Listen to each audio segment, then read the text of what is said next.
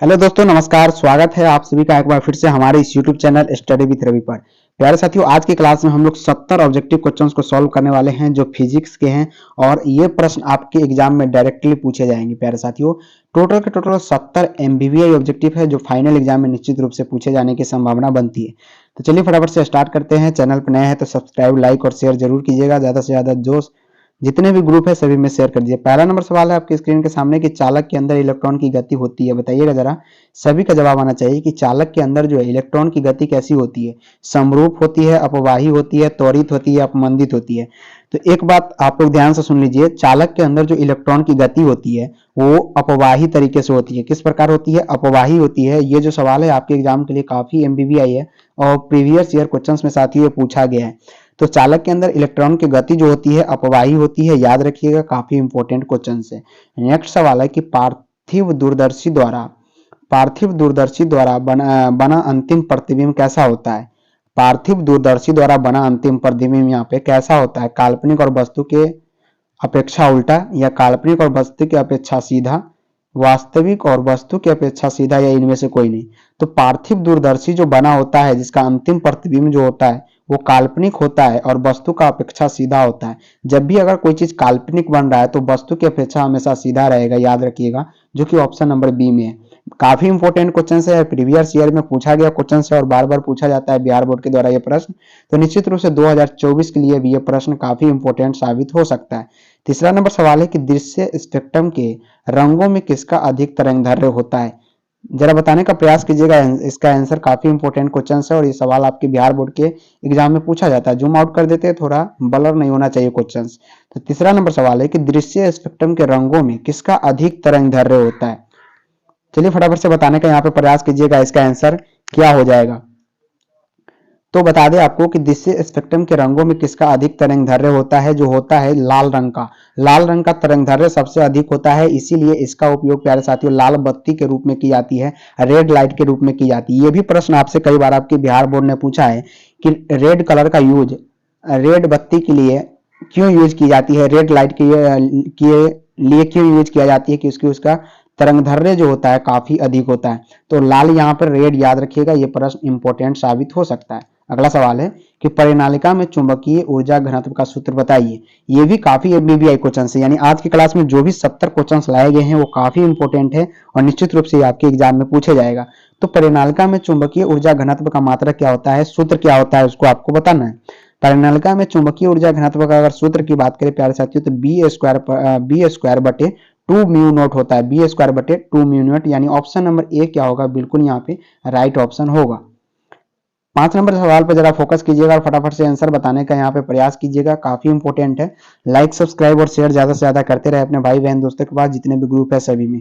कहता है वायु में स्थित इकाई धन आवेश से निकलने वाली संपूर्ण विद्युत फ्लक्स का मान कितना होता है। वायु में स्थित इकाई धनावेश यानी छोटे से धनावेश से अगर निकलने वाली बल यहाँ पे संपूर्ण विद्युत फ्लक्स का मान पूछा गया है, तो संपूर्ण जो होता है ई नॉट इनवर्स होता है। कितना होता है? ई नॉट, जिसे हम इस प्रकार लिख सकते हैं 1 बटे ई नॉट। तो इस प्रकार से भी आपके एग्जाम में पूछा जा सकता है, या ई नॉट इनवर्स भी माइनस में पूछा जा सकता है, क्योंकि इनवर्स को क्या किया है यहाँ पे माइनस में लिखा गया है। चलिए अगला सवाल है कि 6 माइक्रोफैराड धारिता के 3 संधारित्र उपलब्ध है, उनके द्वारा प्राप्त न्यूनतम एवं अधिकतम धारिता होगी। अगर 6 माइक्रोफैराड धारिता के 3 संधारित्र को अगर समानांतर में जोड़े और श्रेणी में जोड़े, तो मतलब दो प्रकार से आप जोड़ सकते हैं, तो अधिकतम धारिता कितनी बन सकती है। तो अधिकतम धारिता जो बनेगी इस प्रश्न के लिए वो टोटल के टोटल 2 माइक्रोफैराड और 18 माइक्रोफैराड बनेगा। ये याद रखिएगा, ये फिक्स क्वेश्चन है और ये फिक्स क्वेश्चन आपके एग्जाम में फिर से रिपीट होगा, क्योंकि ऑलरेडी 4 बार ये क्वेश्चन आपके एग्जाम में पूछे जा चुके हैं। 7 नंबर सवाल है कि एक चोक कुंडली का 100 पे रक्त जो है 5 हेनरी दिया गया है, इससे बहती धारा 2 सेकेंड है की दर से बढ़ रही है, तो चोक कुंडली का प्रेरित विद्युत वाहक बल कितना होगा। तो प्रेरित विद्युत वाहक बल जो होता है -10 वोल्ट होता है। कितना? -10 वोल्ट। अगला नंबर सवाल है आपके स्क्रीन के सामने, काफी इंपॉर्टेंट क्वेश्चन है। रेडियो सक्रिय का मात्रक बताइए। रेडियो सक्रिय का मात्रक जरा बताइएगा। मेगा इलेक्ट्रॉन वोल्ट, क्यूरी होता है, एएमयू होता है, या जूल होता है। तो रेडियो सक्रियता का जो मात्रक होता है प्यारे साथियों याद रखिएगा क्यूरी होता है। हम लोग रेडियो के सक्रियता को किस में मापते हैं? तो क्यूरी में मापते हैं। याद रखिएगा, इंपॉर्टेंट क्वेश्चन है आपके लिए। किसमें मापते हैं, क्यूरी में मापते हैं। Option number B is the right answer. और ये किसका प्रतीक दिया गया है, ये जो आपके पास चिन्ह दिया गया है ये किसका प्रतीक है, जरा बताने का प्रयास कीजिएगा। 9 नंबर सवाल में जो आपको एक स्ट्रक्चर दिख रहा है ये गेट से लिया गया क्वेश्चन से, नन गेट और गेट, ये जो गेट होती है वो वहां से लिया गया है। तो ये जो गेट दिया गया है किसका प्रतीक है, डायोड है, एन टाइप है, पी टाइप है, या ट्रांजिस्टर के लिए यूज किया जाता है। तो ये जो प्यारे साथियों ये जो दिया गया है प्रतीक, ये किसका प्रतीक है, तो ये जो है एक प्रकार का डायोड है। क्या है, एक प्रकार का डायोड है, याद रखिएगा। काफी बार ऐसे प्रश्न आपको पूछे जाते हैं आपके बिहार बोर्ड में। चलिए 10 नंबर सवाल की ओर हम लोग फोकस करते हैं। और पूछा गया है आपसे कि विवर्तन फ्रीजों की चौड़ाई व्यक्तिकरण फ्रीजों के समान होती है कि समान नहीं होती है, जैसे रहती है इनमें से कोई नहीं। तो विवर्तन फ्रीजों की जो चौड़ाई है व्यक्तिकरण फ्रीज से कैसी होती है, जरा बताइएगा। तो विवर्तन फ्रीजों की जो चौड़ाई है व्यक्तिकरण फ्रीजों की चौड़ाई से कैसी होती है प्यारे साथियों, 10 नंबर सवाल में ऑप्शन नंबर बी बिल्कुल है कि समान नहीं होती है। यानी विवर्तन फ्रीज की चौड़ाई व्यक्तिकरण फ्रीज के समान नहीं होती है, याद रखिएगा। ऑप्शन नंबर बी राइट है। चलिए 11 नंबर सवाल का जवाब बताइएगा कि विद्युत फ्लक्स का एसआई मात्रक क्या होता है। विद्युत फ्लक्स का एसआई मात्रक क्या होता है, ओम मीटर होता है, एम्पियर मीटर होता है, वोल्ट मीटर होता है, या वोल्ट मीटर इनवर्स होता है। तो विद्युत फ्लक्स का जो एसआई मात्रक होता है, याद रखिएगा, विद्युत फ्लक्स का एसआई मात्रक वोल्ट मीटर होता है। क्या होता है, वोल्ट मीटर विद्युत फ्लक्स का एसआई मात्रक होता है, वोल्ट मीटर, याद रखिएगा। काफी बारी क्वेश्चंस आपके हाईलाइट माने जाते हैं, एमबीबीआई क्वेश्चंस है और बार बार आपके बिहार बोर्ड में पूछा जाता है, यानी 2024 में भी पूछे जाने की संभावना ऐसे प्रश्न की बनती है। एसआई मात्रक से एक क्वेश्चन पूछा जाएगा निश्चित रूप से, तो वोल्ट मीटर याद रखिएगा विद्युत फ्लक्स का एसआई मात्रक होता है। फाइनल एग्जाम के लिए काफी इंपॉर्टेंट क्वेश्चन है, निश्चित रूप से आपके एग्जाम में पूछे जाएंगे। चलिए ये जो सवाल आपको दिख रहा है 12 नंबर सवाल, ये भी काफी इंपॉर्टेंट है। पूछा जा रहा है आपसे 1/4πε0 का मान होता है, तो इसका मान कितना होता है ये बार बार आपसे पढ़ाया जाता है और फर्स्ट चैप्टर से ही लिया गया सवाल है आपके 12th के फिजिक्स से। तो ये जो होता है 1/4πε0 का मान जो होता है ये कितना होता है, 9 × 10⁹ newton metre square centimetre inverse, जो कि ऑप्शन नंबर कुलॉम इनवर्स है, सॉरी। तो 9 × 10⁹ होता है, इतना आप ध्यान रखिएगा। वो भी प्लस में होता है, माइनस में नहीं। यहाँ पे माइनस में भी दिया गया है जो कि गलत है। ऑप्शन नंबर ए क्या होगा, बिल्कुल यहाँ पे राइट ऑप्शन होगा। और काफी बार ये प्रश्न आपके बोर्ड एग्जाम में पूछे गए हैं, 2024 के लिए भी इंपॉर्टेंट साबित हो सकता है। ई नॉट का मात्रक बताइएगा जरा, ई नॉट का मात्रक क्या होगा। यहाँ पे डायरेक्ट आपको ई नॉट का मात्रक पूछा गया, यानी इसी फॉर्मूला से ये क्वेश्चन निकाला गया 1/4π ई नॉट। तो वहां पर तो इसका मान पूछा गया था तो 9 × 10⁹ था, newton metre square coulomb inverse था, लेकिन यहाँ पे है डायरेक्ट ई नॉट का मात्रक पूछा गया। तो ई नॉट का जो मात्रक होता है एफ एम इनवर्स होता है। क्या होता है, F M inverse. Option number क्या होगा, बी बिल्कुल राइट आंसर होगा। चलिए 14 नंबर सवाल है, जब किसी वस्तु को आवेशित किया जाता है, मान लीजिए हम किसी वस्तु को आवेशित कर रहे हैं, तो उसका द्रव्यमान क्या होगा, बढ़ जाएगा, घटेगा, अचर रहता है, या बढ़ या घट सकता है। किसी भी वस्तु को हम आवेशित कर रहे हैं तो उसका द्रव्यमान में क्या अंतर होगा, जरा बताने का प्रयास कीजिएगा। तो वो तो वस्तु पर निर्भर करेगा कि वो वस्तु हम किस वस्तु को यहाँ पे आवेशित कर रहे हैं। मान लीजिए हम माइनस वाले वस्तु को यहाँ पे आवेश दे रहे हैं प्लस वाला, तो ये जब तक माइनस कंप्लीट नहीं होता तब तक ये प्लस में बढ़ेगा नहीं। और जब किसी हम प्लस को दे रहे हैं और माइनस यहाँ से हम दे रहे हैं इसको आवेश, तो ये जब तक यहाँ पे इसके बराबर में नहीं आएगा तब तक ये माइनस इस वस्तु पे चढ़ेगा नहीं। तो वस्तु पर निर्भर करता है कि बढ़ या घट सकता है, उस वस्तु पर निर्भर करता है। तो आवेश क्या होगा यहाँ पे, बढ़, और द्रव्यमान क्या होगा, बढ़ और घट सकता है, याद रखिएगा। चलिए विभव प्रवणता बराबर होता है, जरा बताइएगा विभव प्रवणता किसके बराबर होता है, dx/dv के, या dx × dv माइनस dv बटे dx, या इनमें से कोई नहीं। तो विभव प्रवणता जो होता है किसके बराबर होता है ये बताने का प्रयास कीजिएगा। विभव प्रवणता याद रखिएगा माइनस dv बटे dx के बराबर होता है, किसके, माइनस dv बटे dx। ये भी सवाल काफी इंपॉर्टेंट है और निश्चित रूप से पूछे जाएगा ऐसा सवाल। तो विभव प्रवणता से भी सवाल बनते हैं आपके बोर्ड एग्जाम में। एक स्टेट कूलॉम बराबर कितना कूलॉम होता है, एक स्टेट कूलॉम बराबर यहाँ पे आपसे पूछा गया है। तो एक स्टेट कूलॉम बराबर जो होता है वो 1/3 × 10⁻⁻9 होता है। कितना होता है, 1/3 × 10⁻⁻9 एक स्टेट कूलॉम बराबर होता है। हम लोग अब चलते हैं 17 नंबर सवाल की ओर, और काफी इंपॉर्टेंट ये क्वेश्चन है। 17 नंबर आपसे पूछा जा रहा है कि निम्नलिखित में से कौन संबंध द्रव्यमान और ऊर्जा के लिए सही है। निम्नलिखित में से कौन सा ऐसा संबंध है जो द्रव्यमान और ऊर्जा के लिए सही है। m बराबर E होता है, या m² बराबर E होता है, mc² बराबर E होता है, या m बराबर √E/2 होता है। तो द्रव्यमान और ऊर्जा के लिए जो संबंध होता है वो फॉर्मूला में आपको पता होगा, E बराबर mc² होता है। ये ऑप्शन नंबर क्या होगा, E बराबर mc²। E बराबर mc², ये काफी इंपॉर्टेंट ऑप्शन है और ये सवाल आपके बिहार बोर्ड ने एग्जाम में कई बार पूछा है। 18 नंबर है कि एक परावैद्युत समांतर पट्टिका संधारित्र की पट्टियों के बीच डाल देने पर धारिता का मान क्या होगा। मान लीजिए एक परावैद्युत समानांतर इस प्रकार का संधारित्र है और इस पट्टियों के बीच में डाल देते हैं एक धारिता, तो उसमें क्या होगा, धारिता का मान क्या होगा। दो संधारित्र के बीच में एक और संधारित्र अगर डाल दिया जाए तो धारिता पर क्या प्रभाव पड़ता है, जरा बताइएगा। बढ़ता है, समान रहता है, घटता है, इनमें से कोई नहीं। तो धारिता पर जो प्रभाव पड़ता है वो क्या होता है, बिल्कुल यहाँ पे बढ़ जाता है। धारिता क्या हो जाता है, बढ़ जाता है। ये भी सवाल काफी इंपॉर्टेंट है, प्रीवियस ईयर क्वेश्चंस में पूछे गए। तो आज की क्लास में जितने भी प्रश्न लाए गए हैं सभी आपके एग्जाम के लिए इंपॉर्टेंट है। विद्युत का सबसे अच्छा चालक निम्नलिखित में से कौन है। हमने आपको बताया था चांदी। चांदी जो होता है विद्युत का सबसे अच्छा चालक होता है। क्या होता है, चांदी विद्युत का सबसे अच्छा चालक होता है। तो ऑप्शन नंबर क्या होगा, बिल्कुल यहाँ पे ए जो होगा काफी इंपॉर्टेंट ऑप्शन होगा आपके एग्जाम के लिए। चलिए अगला नंबर सवाल पे फोकस करते हैं। आदर्श एमीटर का प्रतिरोध होता है। आदर्श एमीटर का प्रतिरोध कैसा होता है, जरा बताइएगा। आदर्श एमीटर का प्रतिरोध कैसा होता है, तो जब भी ए मीटर रहे याद रखिएगा शून्य होता है। आदर्श एमीटर का प्रतिरोध कैसा होता है, शून्य। और वोल्ट मीटर का पूछेगा तो अनंत होता है। वोल्ट में अनंत और ए मीटर में पूछेगा आदर्श ए मीटर तो शून्य, याद रखिएगा। चलिए ए मीटर का प्रतिरोध बताइए। ए मीटर का डायरेक्ट प्रतिरोध होता है, कम होता है, बड़ा होता है, बहुत कम होता है या बहुत बड़ा होता है। तो ए मीटर का जो प्रतिरोध होता है यहाँ पे वो क्या होता है, बहुत ही क्या होता है, कम होता है। बहुत ही क्या होता है, कम होता है। And very very important question है फाइनल एग्जाम के लिए। चलिए किलोवाट घंटा मात्रक किसका है, तो हमने आपको बताया था किलोवाट जो घंटा मात्रक है ये किसका है, ऊर्जा का मात्रक है। किसका है, ऊर्जा का। किलोवाट घंटा किसका मात्रक है, ऊर्जा का मात्रक है। काफी इंपॉर्टेंट ये सवाल है और प्रीवियस ईयर में भी पूछे गए हैं, यानी PYQ के क्वेश्चंस के हैं और आप इसे जरूर याद रखिएगा। निश्चित रूप से आपके बिहार बोर्ड के एग्जाम में पूछे जाएंगे। स्वस्थ मनुष्य के शरीर का विद्युत प्रतिरोध कितना होता है, तो स्वस्थ मनुष्य के विद्युत का यहाँ पे कितना होता है, 5000 ओम होता है। कितना होता है, 5000 ओम होता है स्वस्थ मनुष्य के शरीर का विद्युत प्रतिरोध। तो ऑप्शन नंबर क्या होगा यहाँ पे, ए जो होगा 5000, बिल्कुल राइट आंसर। सॉरी 50,000, कितना है, 50,000, बिल्कुल यहाँ पे ऑप्शन नंबर ए राइट है। विद्युत परिपथ की शक्ति कितनी होती है, जरा बताइएगा। विद्युत परिपथ की यहाँ पे शक्ति पूछी गई होती है, कितनी होती है। 24 नंबर सवाल का जवाब सभी का आना चाहिए। तो विद्युत परिपथ की जो शक्ति होती है प्यारे साथियों, कितना होता है, बिल्कुल V²/R। ऑप्शन नंबर यहाँ पे सी बिल्कुल राइट है, V²/R। चलिए 1 फैराडे बराबर होता है, जरा बताइएगा 1 फैराडे बराबर कितना होगा। 1 फैराडे बराबर 96,500 एंगस्ट्रॉम या 96,500 कूलम या 96,500 वोल्ट या 96,500 न्यूटन।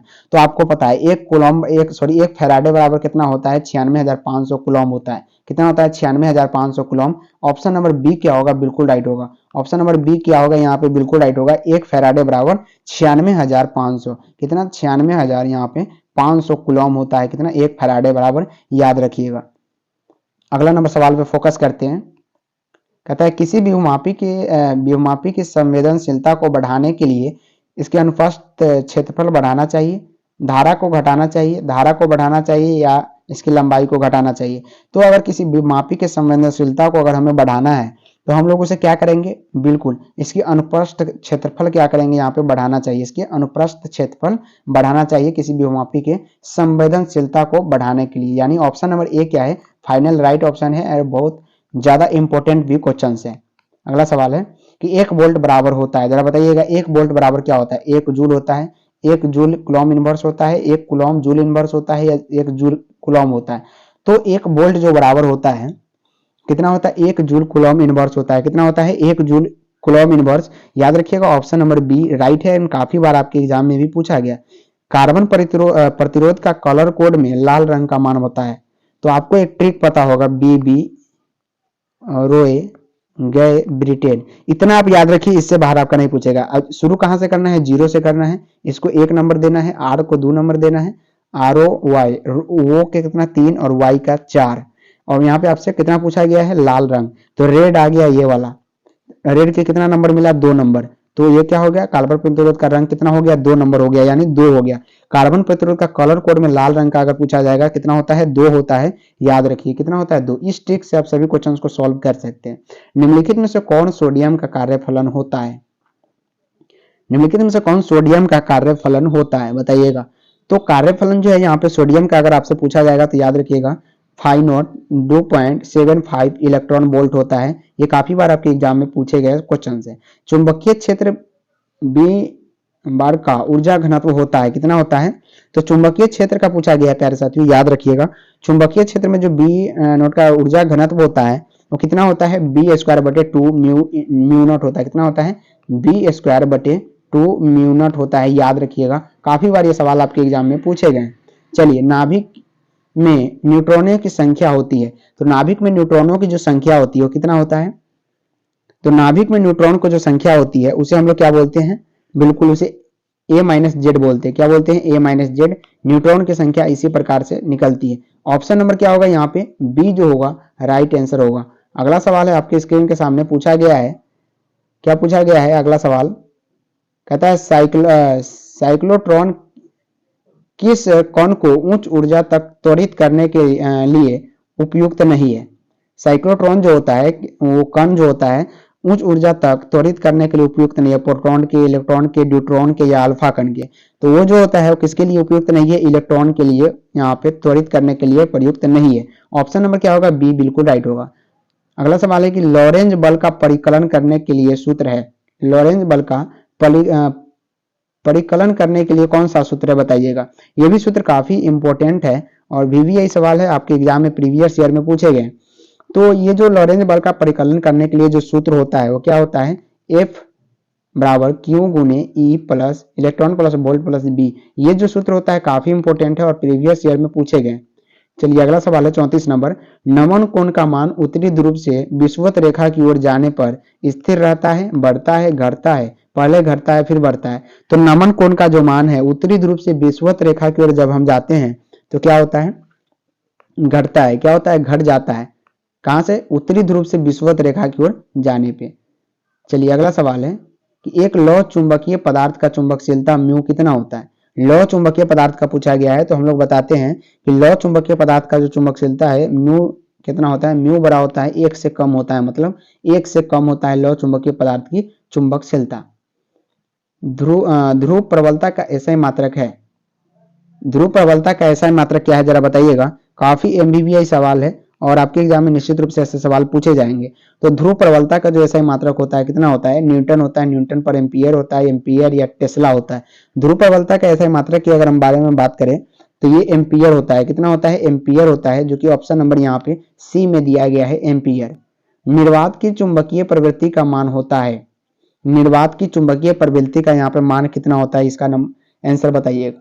तो निर्वात की चुंबकीय प्रवृत्ति का जो मान होता है वो कितना होता है? शून्य होता है। कितना होता है? शून्य होता है। काफी इंपॉर्टेंट ऑप्शन नंबर डी होगा इस प्रश्न के लिए। चलिए 1/2 ई नॉट ई स्क्वायर के विमीय सूत्र के समतुल्य बीमा की राशि बताइए। तो इसके समतुल्य बीमा की जो राशि हो जाएगी वो क्या होगा, जरा बताने का प्रयास कीजिएगा। तो वो बी स्क्वायर बटे 2 म्यू नॉट होगा। क्या होगा? बी स्क्वायर बटे 2 म्यू नॉट होगा। काफी इंपॉर्टेंट है और प्रीवियस ईयर में पूछे गए सवाल है। आपके एग्जाम में निश्चित रूप से ऐसे सवाल पूछे जाएंगे। डायनेमो की क्रिया निम्नलिखित में से किस सिद्धांत पर आधारित है? विद्युत धारा के ऊष्मीय प्रभाव पर, चुंबकीय प्रेरण पर, विद्युत धारा का रासायनिक प्रभाव पर, इनमें से कोई नहीं। तो डायनेमो की क्रिया निम्नलिखित में से किस सिद्धांत पर आधारित है, जरा बताइएगा। जी हाँ, किस सिद्धांत पर आधारित है? तो ऑप्शन नंबर यहाँ पे बी आ रहा है, विद्युत चुंबकीय प्रेरण पर। बिल्कुल राइट आंसर है। विद्युत चुंबकीय प्रेरण पर यहाँ पे डायनेमो की क्रिया सिद्धांत आधारित है। याद रखिएगा, काफी इंपॉर्टेंट क्वेश्चन है। अगला सवाल है, ट्रांसफार्मर में विद्युत ऊर्जा का उष्मा का संचरण को क्या कहते हैं? तो ट्रांसफार्मर में विद्युत ऊर्जा का उष्मा का संचरण जो होता है उसको हम लोग यहाँ पे क्या कहते हैं? उष्मा ताप क्षय कहते हैं या उष्मा क्षय बोलते हैं। एलआर परिपथ का शक्ति गुणांक होता है, बताइएगा। काफी MBBI सवाल है और आपके एग्जाम के लिए भी काफी इंपॉर्टेंट है। तो एलआर परिपथ का जो शक्ति गुणांक होता है प्यारे साथियों वो क्या होता है? एलआर परिपथ का शक्ति गुणांक R/R² प्लस ओमेगा L²। अगला सवाल है कि यदि प्रत्यावर्ती धारा और विद्युत वाहक बल के बीच फाई कोण का कलांतर हो तो शक्ति गुणांक का मान कितना होगा? अगर फाई कोण का यहाँ पे कितना है? फाई कोण का कलांतर है तो शक्ति गुणांक जो हो जाता है वो cos फाई हो जाता है। कितना होता है? cos फाई हो जाता है। फाई इस प्रकार से लिखा जाता है, ये भी याद रखिएगा। चलिए यदि L प्रेरकत्व और R प्रतिरोध तथा C संधारित्र की धारिता हो तो L/R क्या L/R तो RC का विमीय सूत्र बताइए। तो इसका जो विमीय सूत्र हो जाता है वो M0L0T होता है और M0L0T होता है, यानी सेम टू सेम दोनों का यहाँ पे विमीय सूत्र होता है। ऑप्शन नंबर डी क्या होगा यहाँ पे बिल्कुल राइट आंसर होगा। हम लोग चलते हैं अब 44 नंबर सवाल पे, जो कि काफी इंपॉर्टेंट है और आपके एग्जाम के दृष्टिकोण से ऐसे सवाल बार बार पूछे जाते हैं। विद्युत चुंबकीय तरंगों की प्रकृति कैसी होती है? तो हमने बताया था कि विद्युत चुंबकीय तरंग की अगर प्रकृति के बारे में बात करेगा तो अनुप्रस्थ होती है। विद्युत चुंबकीय तरंग कैसा होता है? हमेशा अनुप्रस्थ होती है। कौन विद्युत क्षेत्र में विक्षेपित होता है? विद्युत क्षेत्र में विक्षेपित कौन होता है? गामा किरण, एक्स किरण, परावैंगनी किरणें या कैथोड किरणें? तो विद्युत क्षेत्र में जो विक्षेपित होता है प्यारे साथियों वो कौन होता है? बिल्कुल कैथोड किरण जो होता है ये विद्युत क्षेत्र में क्या हो जाता है? विक्षेपित हो जाता है। विद्युत चुंबकीय तरंग के संचरण की दिशा होती है। विद्युत चुंबकीय तरंग के संचरण की दिशा क्या होती है जरा बताइएगा। बी के समानांतर, ई के समानांतर या बी क्रॉस ई के समानांतर या ई क्रॉस बी के समानांतर? काफी इंपॉर्टेंट है एंड VVI सवाल है आपके एग्जाम के लिए। तो विद्युत चुंबकीय तरंग की जो संचरण की दिशा होती है प्यारे विद्यार्थियों जरा बताइएगा क्या होती है? तो ई और ई क्रॉस बी के समानांतर होती है। क्या होती है? ई क्रॉस बी के समानांतर होती है और कई बार ये सवाल आपके एग्जाम में पूछा गया है। चलिए, बीटा किरणें की विक्षेपित होती है। तो बीटा किरणें जो होती है ये विक्षेपित कहाँ होती है? तो ये बिल्कुल विद्युत तथा चुंबकीय क्षेत्र में होती है। कहाँ होती है? विद्युत और चुंबकीय क्षेत्र में बीटा किरणें क्या होती है? विक्षेपित होती है। मृग मरीचिका का कारण क्या होता है? मृग मरीचिका का कारण क्या है? अपवर्तन तथा पूर्णांतरिक परावर्तन, विवर्तन, परिकिरणन या व्यक्तीकरण? तो मृग मरीचिका का जो कारण होता है जी हाँ, क्या आ रहा है? ऑप्शन नंबर यहाँ पे सभी का ए आ रहा है, अपवर्तन तथा पूर्ण आंतरिक परावर्तन। बिल्कुल राइट है, अपवर्तन तथा पूर्ण आंतरिक परावर्तन ही मृग मरीचिका का कारण है। समतल दर्पण की वक्रता त्रिज्या कितनी होती है? समतल दर्पण की वक्रता त्रिज्या के बारे में पूछा गया। अनंत होती है, शून्य होती है, 5 सेंटीमीटर होती है, -5 सेंटीमीटर होती है। तो समतल दर्पण की जो वक्रता त्रिज्या होती है प्यारे साथियों बताइएगा जरा कितने होती है समतल दर्पण की वक्रता त्रिज्या? तो समतल दर्पण की जो वक्रता त्रिज्या होती है वो अनंत होती है। समतल है और इसकी वक्रता त्रिज्या अगर आपसे पूछा जाएगा अनंत होती है। चलिए, निम्नलिखित में से किसका अपवर्तनांक सबसे अधिक होता है? निम्नलिखित में से किसका अपवर्तनांक सबसे अधिक है? तो कांच का, लोहा का, पानी का, हीरा का। तो हीरा का जो होता है प्यारे साथियों अपवर्तनांक सबसे अधिक माना जाता है, 2.42 यहाँ पे माना जाता है हीरा का अपवर्तनांक। याद रखिएगा हीरा का क्या होता है? सबसे अधिक होता है। चलिए, खगोलीय दूरदर्शी में अंतिम प्रतिबिंब कैसा होता है? तो खगोलीय दूरदर्शी में जो अंतिम प्रतिबिंब होता है आभासी और उल्टा कैसा होता है? आभासी और उल्टा होता है खगोलीय दूरदर्शी में अंतिम प्रतिबिंब। तो ऑप्शन नंबर क्या होगा? बिल्कुल यहाँ पे ऑप्शन नंबर डी राइट होगा। एक दीर्घ दृष्टि वाले व्यक्ति को आवश्यक होगा, अगर किसी व्यक्ति को दीर्घ दृष्टि वाला दोष है तो उसको क्या आवश्यक होगा? उत्तल लेंस, अवतल लेंस, बेलनाकार लेंस या समतलावतल लेंस? तो अगर एक दीर्घ दृष्टि वाले व्यक्ति है तो उसको क्या आवश्यकता होगी जरा बताइएगा। एक दीर्घ दृष्टि वाले व्यक्ति को क्या आवश्यकता होगी? तो उनको जो आवश्यकता होगा एक उत्तल लेंस की आवश्यकता होगी। अगला सवाल है कि प्रकाश के रंग का कारण है। प्रकाश के रंग का कारण क्या है जरा बताइएगा। इसकी आवृत्ति है, इसका वेग है, इसकी कला है, इसकी आयाम है? तो प्रकाश के रंग का कारण जो है यहाँ पे प्रकाश के रंग का कारण जो है इसकी आवृत्ति होती है। क्या होती है? इसकी आवृत्ति। ऑप्शन नंबर ए क्या होगा? बिल्कुल राइट आंसर होगा। खगोलीय दूरदर्शी के लिए निम्नलिखित में से कौन सा सही है? तो खगोलीय दूरदर्शी के लिए निम्नलिखित में से यहाँ पे कौन सा सही हो जाएगा? एफ ओ यानी ऑब्जेक्ट बड़ा होगा यहाँ पे इमेज से। ऑब्जेक्ट क्या होगा? बड़ा होगा इमेज से। तो ये खगोलीय दूरदर्शी के लिए सिचुएशन ऐसी होती है। चलिए, किसी बिंदुवत स्रोत से परिमित दूरी पर तरंगाग्र होता है। किसी बिंदुवत स्रोत से परिमित दूरी पर तरंगाग्र कैसा होता है? गोलाकार होता है, समतल होता है, बेलनाकार या वृत्ताकार? तो किसी बिंदुवत स्रोत से परिमित दूरी पर अगर तरंगाग्र पूछा जाता है तो कैसा होती है? वहां पे गोलाकार होता है। कैसा होता है? गोलाकार, जो कि ऑप्शन नंबर यहाँ पे ए में दिया गया है। अगला सवाल है, दशमिक संख्या 8 के 10 की द्विधारी संख्या क्या होगी? तो इसकी अगर द्विधारी संख्या हम निकालते हैं तो 1000 के 2 होती है। याद रखिएगा। एक पतले प्रिज्म के रंग का कारण है। एक पतले प्रिज्म के रंग का कारण क्या होता है? तो अगर कोई पतला प्रिज्म है और उसके रंग का कारण पूछा जाएगा तो व्यक्तीकरण। क्या होती है? व्यक्तीकरण। ऑप्शन नंबर बी राइट होगा और MVVI सवाल होगा आपके फाइनल एग्जाम के लिए। प्रकाशिक पथ बराबर होता है। तो प्रकाशिक पथ किसके बराबर होता है? अपवर्तनांक गुने पथ लंबाई के बराबर होता है। अगला सवाल है,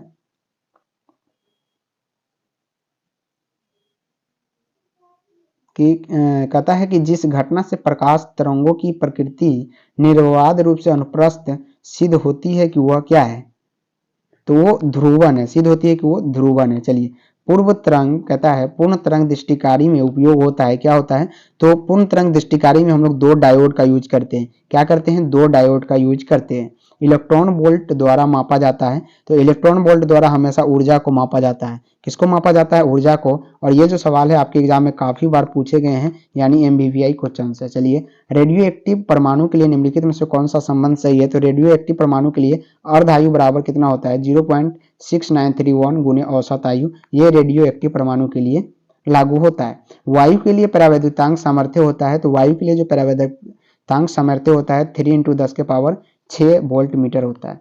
सौर ऊर्जा का स्रोत क्या है, तो सौर ऊर्जा का जो स्रोत है प्यारे साथियों, न्यूक्लियर संलयन जो है ये सौर ऊर्जा का स्रोत है। चलिए, चित्र में दिखाया गया तर्क द्वार लॉजिक गेट निम्नलिखित में से कौन सा लॉजिक गेट है, जरा बताइएगा, निम्नलिखित में से कौन सा लॉजिक गेट है। तो ये जो लॉजिक गेट है, एक सवाल जो है आपको लॉजिक गेट से निश्चित रूप से पूछे जाएंगे। तो ये नंड का है, क्या है, नंड का है, याद रखिएगा। दशमिक संख्या 25 का द्विधारी होता है, काफी बार ये सवाल आपसे एग्जाम में पूछा गया है। तो ये जो होता है 11001 के द्विधारी होता है। फैक्स का अर्थ क्या होता है, ये भी बार बार पूछा गया है, यानी MBVI क्वेश्चन है। तो फैक्स का जो अर्थ होता है यहाँ पे क्या होता है, बिल्कुल क्या होता है, फैक्सीमाइल टेलीग्राफी इसका पूरा नाम होता है। आयाम मॉड्यूलन सूचांक का मान होता है, तो आयाम मॉड्यूलन सूचांक का जो मान होता है वो 0 से 1 के बीच में होता है। मोबिलिटी का ऐसा ही मात्रक जरा बताइए, तो मोबिलिटी का ऐसा ही मात्रक क्या होता है, एम्पियर गुणे मीटर बराबर बटे न्यूटन। और आज का लास्ट सवाल है, काफी इंपॉर्टेंट क्वेश्चन था, फटाफट से सोल्यूशन कराने का यहाँ पे प्रयास किया। टीवी प्रसारण के लिए अगर आपसे पूछा जाएगा तो यहाँ पे 30 से 300 मेगाहर्ट्ज, जो कि ऑप्शन नंबर यहाँ पे सी में दिया गया है। तो प्यारे साथियों, आज के लिए 70 ऑब्जेक्टिव क्वेश्चंस मात्र 26 से 27 मिनट में सॉल्व कराने का यहाँ पे प्रयास किया है। काफी इंपॉर्टेंट प्रयास था।